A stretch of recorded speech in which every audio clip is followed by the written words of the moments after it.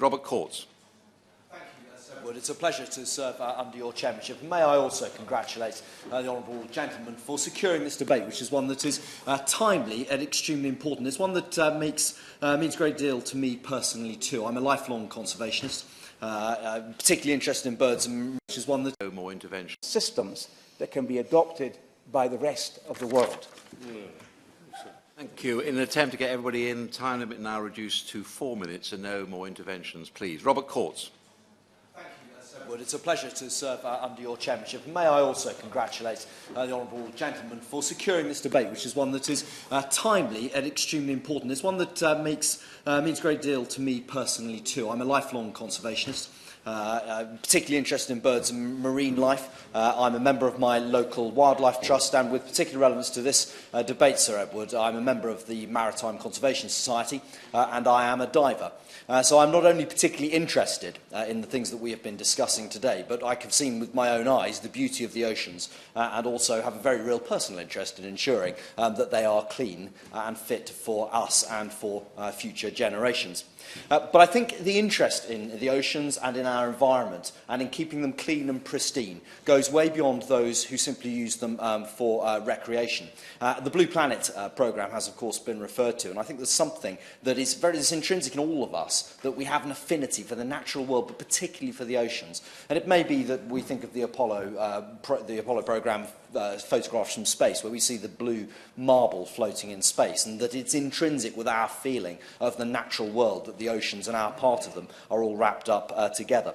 Nonetheless, for whatever reason, it's something that matters hugely to us all. And as with the honourable member for Stirling, my constituency is also landlocked, but there's a great deal of rivers running through West Oxfordshire, and those, of course, flow out to the sea. Water pollution and water quality is a big issue in my constituency, and it matters a great deal to my constituents. And the statistics bear this out.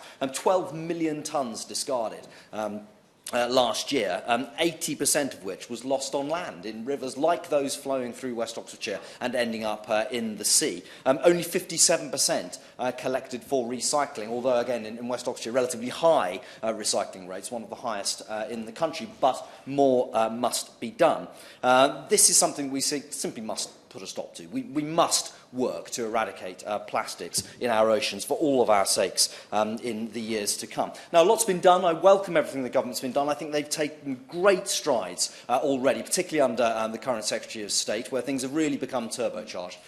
Banning microbeads. The single-use plastics, of course, have been incredibly successful since that was introduced under the coalition government. The bottle deposit scheme that's been mentioned already is, of course, extremely encouraging as well as the ban on straws, cotton buds and stirrers. But there's more to do. Very quickly in the time remaining to me, Sir Edward, we must do more on recycling.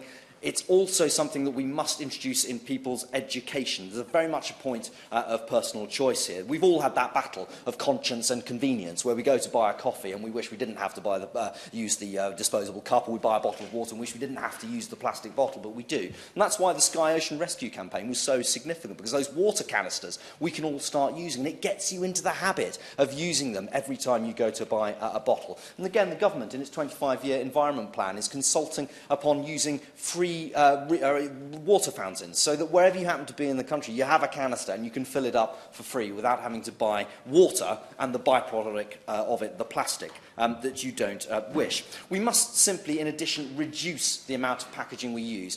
Iceland have been referred, and I commend the attitude they've taken in terms of reducing the amount of plastic use that they do.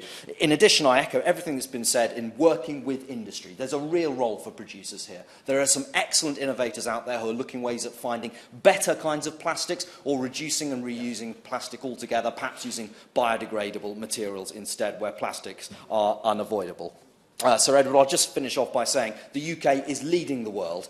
This government has taken really necessary and brave steps, and the 25-year environment plan is a big part of that. We're on the right track, but our oceans are our shared heritage. Their health is our responsibility, and we simply must get this right. Yeah.